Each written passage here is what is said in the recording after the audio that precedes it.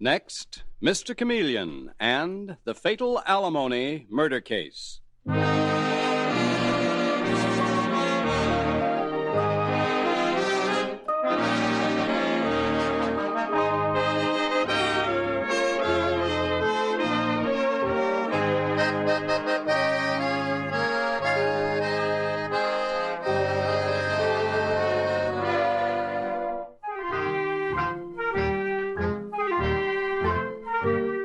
Tonight, we again present the famous Mr. Chameleon of Central Police Headquarters in his famous cases of crime and murder, brought to you by the makers of genuine Bayer aspirin.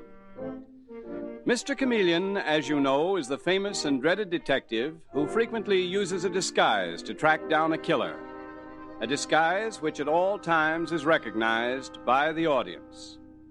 Tonight, we give you Mr. Chameleon in the fatal Alimony murder case.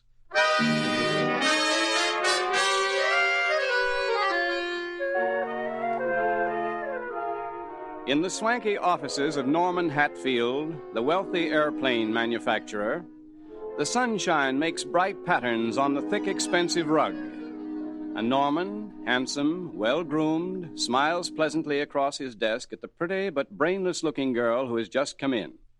Well, Tessy, what a very pleasant surprise. It isn't every day that my ex-wife pays me a visit. You look positively radiant. Oh, Norman, darling, you're so sweet. Really, you are. That's why I had to tell you the wonderful news. Oh, what news? Norman, I'm getting married. Isn't that simply marvelous? I'm marrying the Baron Petrie Dominez. No. And a baron. Congratulations. I'd like very much to meet the lucky man. Norman, I was sure you'd say that, so I brought him along. He's waiting right outside. Well, call him in. Petrie, darling, Norman wants to meet you. Norman, this is my fiancé, the Baron Petrie Dominez. How do you do, Baron? And congratulations. Thank you, Mr. Hatfield. The pleasure is all mine. Oh, no, Baron. It's partly mine. No one will be more pleased than I to see you and Tessy get married. After all, I'll profit to the tune of $25,000 a year. I beg your pardon? When you marry Tessy, I'll be $25,000 a year richer. Norman, darling, what on earth do you mean? I mean your alimony stops. What is he talking about? Oh, he's joking, Petrie. He's always joking. Not about this. You know perfectly well, Tessy, that $25,000 a year stops if you marry the Baron. No. Of course not. That alimony is for life. Yes, Tessy, it is for life. But only if you don't remarry. Mr. Hatfield, I am not conversant with the laws of your country, but surely alimony for life means alimony for life. My dear Baron, I'll be happy to show you the court order saying that Tessy will get the $25,000 only as long as she does not remarry. Oh, Norman, darling, surely you're much too kind-hearted to take away my alimony on a mere technicality. Tessy, I'm not kind-hearted, nor am I a sucker. Then I can make you keep on paying that money simply by not remarrying. Of course you can. And it's worth $25,000 a year to me not to have you around. But I'm afraid I don't intend to let your husband share that money. Mr. Hatfield, why do we not make a compromise? Say, cut the alimony to $17,000 a year if Tessy marries me. That would save you considerably. Not enough, my dear Baron. You see, under the laws of this country, I can deduct the alimony I pay to Tessy from my income tax. Oh, that is mad. Oh, this is a mad, insane country. Imagine a government paying alimony for a lot of husbands that no aristocratic woman like Tessy could live with. Do not laugh, Mr. Hatfield. Tessy is a true aristocrat, born to grace the title of the House of Dominez. Well, Tessy, you've certainly gotten yourself a phony this time. In another minute, I'll throw him out. And you won't get a penny if you marry him. You are a pig. A pig, Mr. Hatfield. Norman, I could kill you for this. I'm sure you could, Tessy. That's one of the reasons I was very glad to give you a divorce. Under that frivolous exterior, you have a vicious temper. I was always a little afraid you might kill me.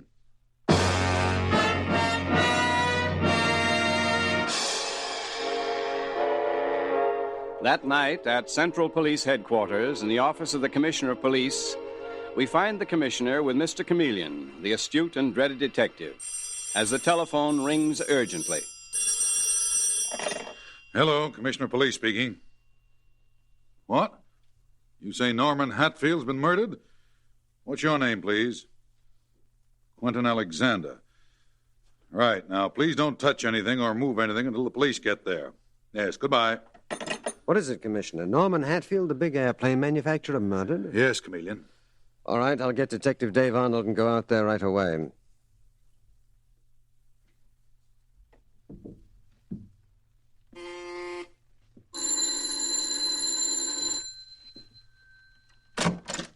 Oh, good evening. You're from the police? Yes. My name is Chameleon. This is Detective Arnold. And mine is Quentin Alexander. I reported the murder. The victim is Norman Hatfield, I understand. His body is in the study, Mr. Chameleon. This way? Thank you. Do you live with Mr. Hatfield? No, Mr. Chameleon. My wife and I are house guests. There is the body. Oh. Slumped over the desk. Dave, come help me raise him up, will you? There you are, Mr. Chameleon. Shot between the eyes. No sign of a gun anywhere. Well, look for one anyway, Dave, and then phone headquarters to get the body. Yes, sir. Mr. Alexander, we'll go into the other room. Yes, Mr. Chameleon. Now, Mr. Alexander, you say that you and your wife are house guests here? Yes. I'm the West Coast representative of Norman Hatfield's interests. One of the largest airplane companies in the world, I understand. Yes. Horrible he should die this way. Have you any idea what happened? None, Mr. Chameleon.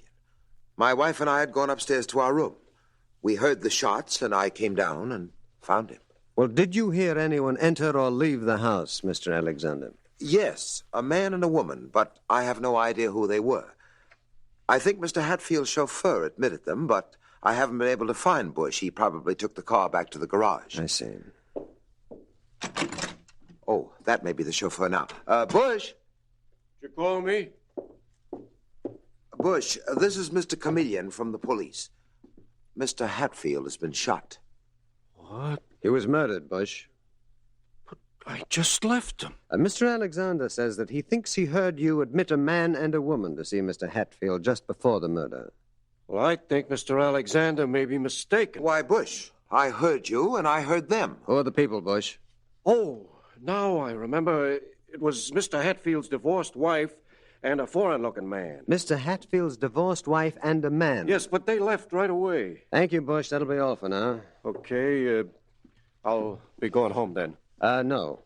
Not just yet, Bush. Detective Arnold is outside. Wait out there with him, please. All right, but I've told all I know. I don't know whether to believe that chauffeur Bush or not, Mr. Alexander. It did sound funny when he contradicted me about having admitted a man and a woman to see Hatfield. Oh, here comes my wife, Mr. Chameleon. Oh, Irma.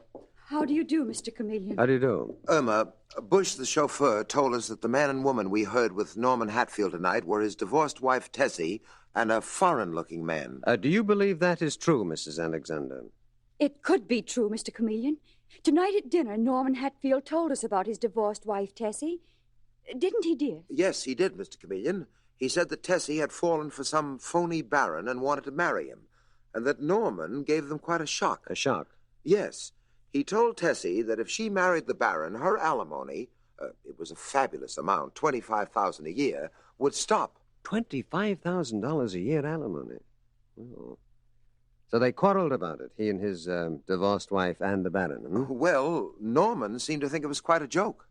Mr. Chameleon, I just remembered something. Norman also told us he'd been glad to divorce Tessy because he'd been afraid of her insane rages. He used to think she might kill him. Uh-huh. Well, I think the sooner I see the divorced Mrs. Hatfield, the better. Before you go, Mr. Chameleon. Yes, Mr. Alexander? It just occurred to me that in telling you about Tessy and the alimony, it may seem that I'm attempting to make her look guilty of the murder. Well, you have certainly supplied her with both motive and opportunity. Well, I think I should tell you, Mr. Chameleon, you may find that I myself had both opportunity and perhaps motive. Mr. Alexander, exactly what do you mean? I mean that I came here to sever my business connections with Norman Hatfield, and I was in the house when he was murdered. Oh, but dear, your differences with Norman were purely business disagreements. But Tessy's were quite a different thing. That's true, Emma, but I thought it only fair to tell Mr. Chameleon. Well, very decent of you, Mr. Alexander. Thank you and your wife for your help. Good night. Mr. Chameleon, Yes, Dave? I've got the chauffeur Bush back here. Oh, good. I want to ask him a couple of questions. What questions, Mr. Chameleon? Do you know where Tessy Hatfield, the murdered man's divorced wife, can be found? She lives on Park Avenue at the Stratton Arms. I'd say she does very well for herself. She should with that big alimony she's getting. Oh, you knew about that, did you, Bush? Sure I did. He paid her $25,000 a year. I heard him yelling about it just tonight before Mr. Hatfield was murdered. Did you see Mrs. Hatfield and the Baron leave the house tonight? No, sir, I let him in, but I didn't see him go out. Bush, tell me, where were you at the exact time of the shot? In the kitchen, Mr. Chameleon. And where were the house guests, Mr. and Mrs. Alexander? Well, when I opened the door to Mr. Hatfield's divorced wife, Tessy, and the Baron, I noticed Mr. and Mrs. Alexander were with Mr. Hatfield in his study. They were with him? They're actually with him, Bush? Yes, Mr. Chameleon. Then, when I announced Mrs. Hatfield and the Baron, Mr. and Mrs. Alexander stepped into the dining room right next to the study. And they were in the dining room when the shots were fired. You'd swear to that? Under oath? Yes, Mr. Chameleon. Did anybody give you money to say that Mr. and Mrs. Alexander were in that room? Give me money? What are you talking about? Mr. Alexander told me that he and his wife were upstairs in their bedroom at the time of the shooting. You taking their word before mine? Bush, were you the chauffeur here before the murdered man was divorced? Suppose I was. You trying to say I murdered Mr. Hatfield? You're not the one who's collecting the $25,000 a year alimony, are you, Bush? Dave, come along. Let's go see the lady who is.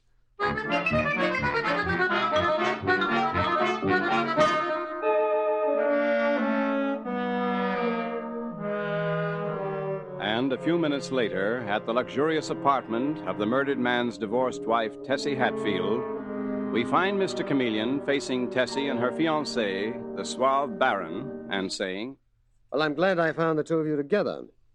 I understand that you were also together at Norman Hatfield's tonight. We were, Mr. Chameleon. That is quite true. Mr. Norman Hatfield was much gracious.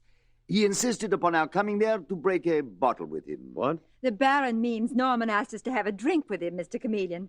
I didn't feel particularly complimented by the idea myself. No? You see, the Baron and I had just told him we were going to be married, and instead of at least acting like he was sorry I wouldn't consider his proposal to remarry him, he asked us over for a drink. Isn't that true, Baron? Completely, my charming one. Uh-huh. I suppose the word alimony wasn't even mentioned. Alimony? I do not understand. Well, then I'll bring you up to date. The murdered man was paying Tessy $25,000 a year alimony, and it would stop when she married you. It was life alimony, Mr. Chameleon. And naturally of no interest to me. What of the battle that you had with Norman Hatfield about it tonight in his home? Have you come here to insult us? You may take it any way you like. Oh, this is more than Tessy, I can... what do you mean by life alimony? Your divorced husband is dead. I suppose you're going to say dead men don't pay alimony. Well, the truth about my alimony is... Tessy, you're becoming excited. What if I am? Mr. Chameleon, I had good lawyers when I got my divorce. I had a trust fund set up that in case Norman died, I'd get the alimony as long as I lived anyway. Whether you remarried or not, Tessy? Certainly. Norman didn't care what I did after he died. I understand, Tessy. Your divorce provided you with full payment of the alimony if you did not remarry while your husband was living. Certainly. But after his death, you could remarry without affecting the payments. I don't know where you found out all this. I suppose you got the information out of Norman's files. He was always so cautious. I think he even kept a record of his conversations with people. Oh, did he? Oh, very interesting. I also heard of your big alimony from his house guests, Mr. and Mrs. Alexander. That horse-faced woman. And her husband is wildly jealous of her. I can't understand why. I suppose she didn't tell you he was jealous of Norman.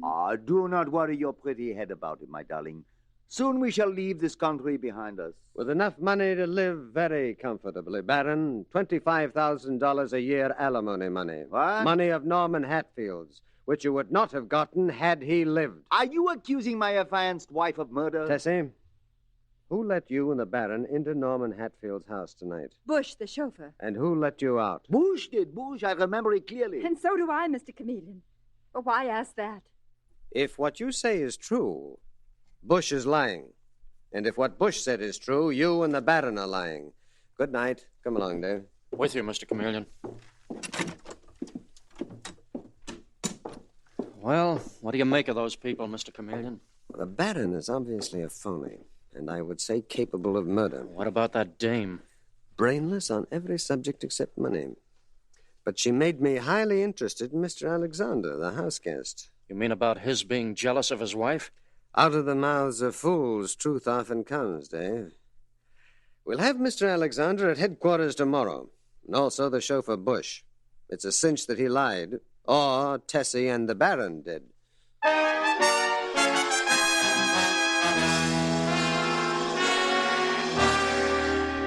Mr. Chameleon and the fatal Alimony murder case continues in just a moment. The very first thing to do when you feel a cold coming on is to take genuine Bayer aspirin. You should do this and do it before you do anything else, because a cold is almost always accompanied by muscular aches and pains and a headachy, feverish feeling. And it's important that you relieve this distress in the fastest possible way. Ask your own doctor about this. No matter what you do to try to stop or shorten a cold, we think he'll tell you it's sound advice. And as millions know who have followed this advice, Bayer aspirin provides the relief you want. Makes you feel better fast. It's actually ready to go to work in 2 seconds. And remember, Bayer aspirin's single active ingredient is so gentle to the system that doctors regularly prescribe it even for small children. That's why it's been used by millions of normal people without ill effect. So at the first sign of a cold, before you do anything else, take Bayer aspirin. When you buy, ask for Bayer aspirin, not just for aspirin alone. Get the large size, the 100-tablet bottle, and you get Bayer aspirin tablets for less than a penny apiece.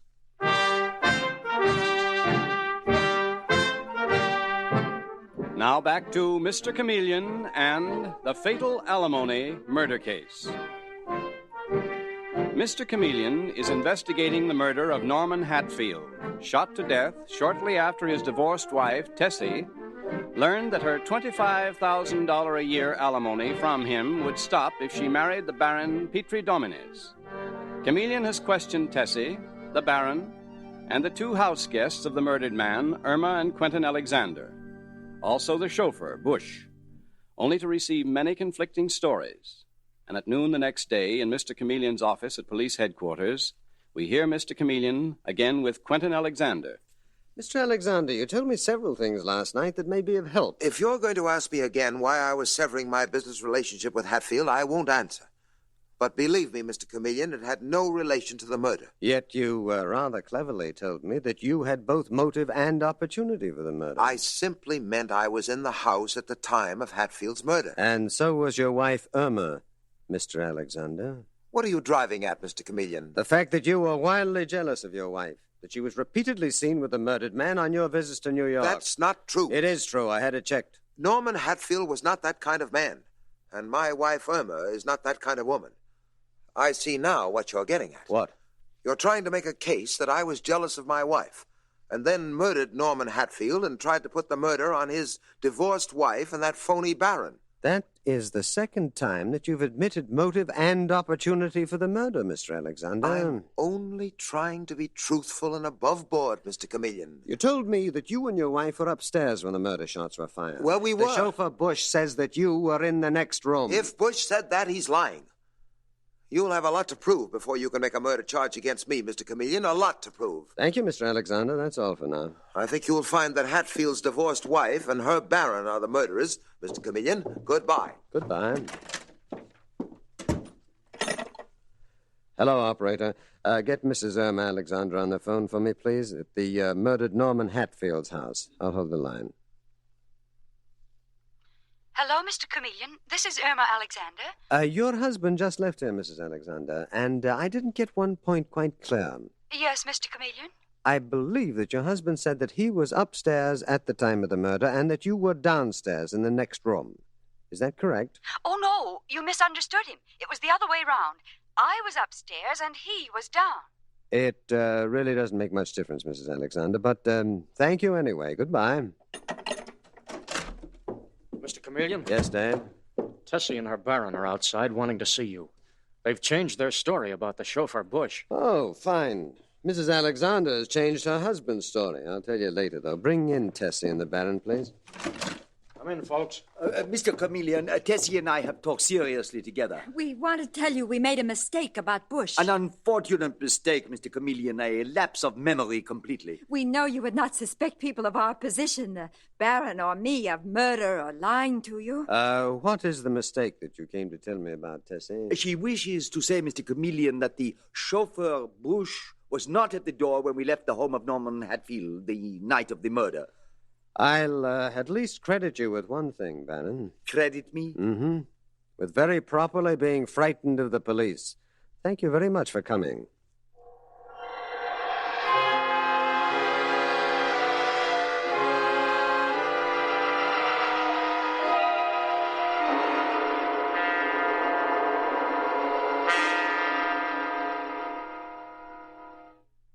Dave, they're all lying. They're all telling conflicting stories. I have nothing definite so far. So? I want you to go through the murdered Hatfield's files with a fine-tooth comb. All his records, all letters. I got you. And meanwhile, I'm going to disguise myself as an obscure little clerk named Ernest Lowe. I'm going to give everybody in the case the idea that I have found something in Norman Hatfield's files that they wouldn't want to fall into the hands of the police. And maybe Ernest Lowe will get the murderers, where Mr. Chameleon couldn't.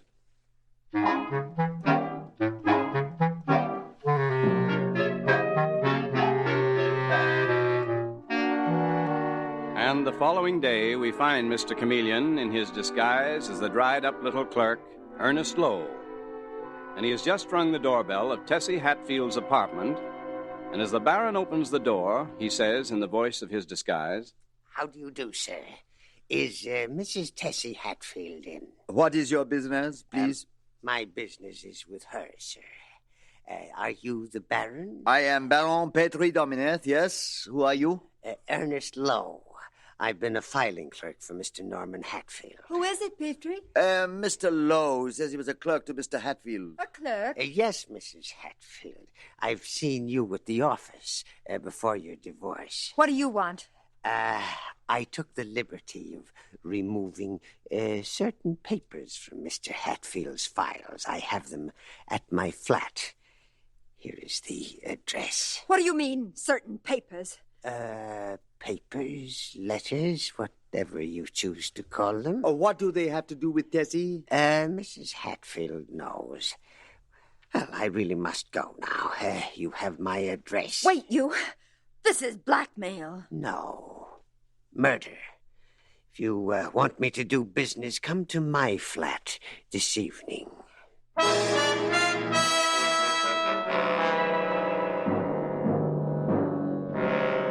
And a little later, still in his disguise of Ernest Lowe, we find Mr. Chameleon at the late Norman Hatfield's home. And he is saying to Quentin and Irma Alexander, "Are you sure that I haven't made myself clear, Mr. Alexander? I said I was Ernest Lowe, filing clerk at the office. I've never laid eyes on you. I have removed several papers from the filing cabinet. Yes, so you said. Yet you refused to tell us what was in those papers. If you wish to see them, I have given you my address. But what could Norman's papers have to do with us? Letters, papers, various communications, Mrs. Alexander. I asked you, Mr. Lowe, what they had to do with us. Your husband is suspected of murder, isn't he? Don't talk to this man, Irma. He's an imposter. Now get out. All right. But you'd better look me up tonight.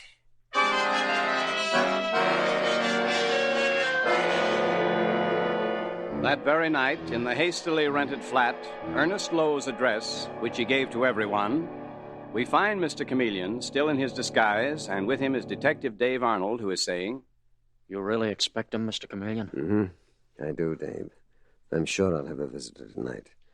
In the light of what you found, it'll clinch things. Shh. Out of sight, Dave.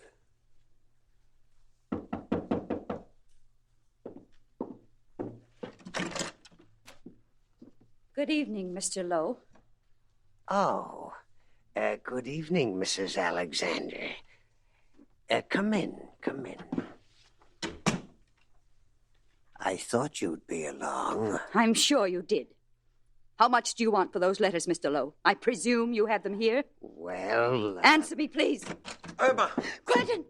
What are you doing here? I came here for the same reason you apparently did, to buy off this vulture and his... His what, Mr. Alexander? Letters, papers? What did you come to buy? Mr. Chameleon! Mr. Chameleon? Let me answer for you, Mr. Alexander. You didn't know what you were coming here to buy, except you feared it might be evidence against the wife you adored. But your wife, Irma, knew perfectly well what she was after. That's not true. I was afraid it was murder evidence against my husband. On the contrary, Mrs. Alexander. Norman Hatfield's letters proved that you were madly in love with him and that you'd been pursuing him for years. That is not true. It was Norman who was pursuing my wife, Irma. That was what your wife led you to believe, Mr. Alexander. But the reverse was true. Only this afternoon, Detective Arnold found carbon copies of half a dozen letters. Carbons which the cautious Mr. Hatfield had kept. Dave, you read one of them, please? No. Read it. Irma, I refuse to see you again. Quentin is my friend, and I will not betray him. I don't want you and your disloyalty to your husband... Stop, that's enough. I don't want to hear any more. I'm sorry, Mr. Alexander. You've been protecting your wife, haven't you, because you thought she murdered Norman Hatfield in self-defense? It's not so. Tessy Hatfield murdered Norman because she wanted that alimony. No, Mrs. Alexander. You just seized on that situation and deliberately used it to cover up your own crime. Irma, you swore to me you didn't love Norman. Well, I did. I did. I haven't loved you in years. And you killed him because he was loyal to your husband. Yes, that was more important to him than me. But it doesn't matter now. Nothing matters now that Norman's dead. I think she's insane, Mr. Chameleon. She wasn't insane this afternoon when I phoned her, and she tried to put the murder on you. Irma. Take her, Dave. Charge her with murder.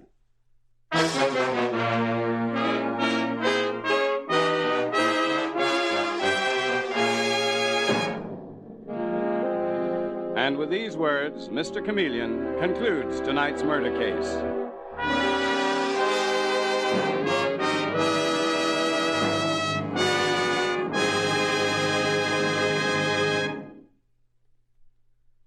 Have you ever tried breaking an aspirin tablet to give your children the dosage your doctor has prescribed? If you have, then you'll appreciate the new children's-size Bayer aspirin tablets. These tablets are genuine Bayer aspirin, but they contain only half the amount of the regular-size Bayer aspirin tablets. Thus, you can give your child the proper dosage as prescribed by your physician, and you can do it conveniently. Another thing you'll appreciate is that they're uncolored and unflavored and therefore cannot be mistaken for candy. And you can use them with confidence. For the fact that doctors prescribe Bayer aspirin's single active ingredient even for the smallest children shows how gentle and dependable it is. The bottle and carton are plainly marked children's size Bayer aspirin. 30 tablets for 25 cents.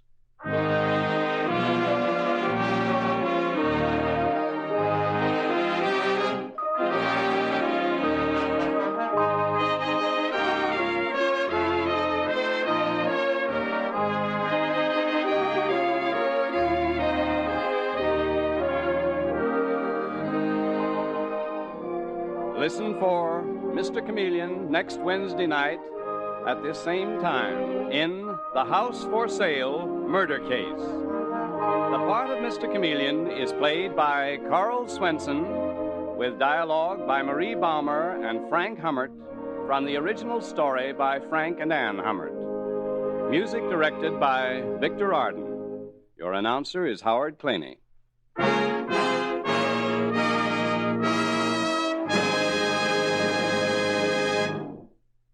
Teeth that are really clean, free of decay-breeding deposits and film, actually resist decay. That's why the only sensible way to help prevent tooth decay is to keep your teeth thoroughly clean at all times. And there's nothing you can get that cleans teeth like powder. It's the best way to get your teeth really clean. Famous Dr. Lyon's tooth powder almost instantly helps remove the deposits and film that are breeding places for bacteria that cause tooth decay. So to help prevent decay before it gets started, use Dr. Lyon's tooth powder.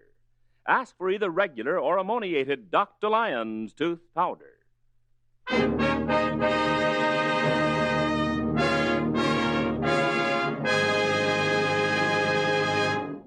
Listen for Mr. Chameleon in The House for Sale murder case next Wednesday night at this time. This is CBS, the Columbia Broadcasting System.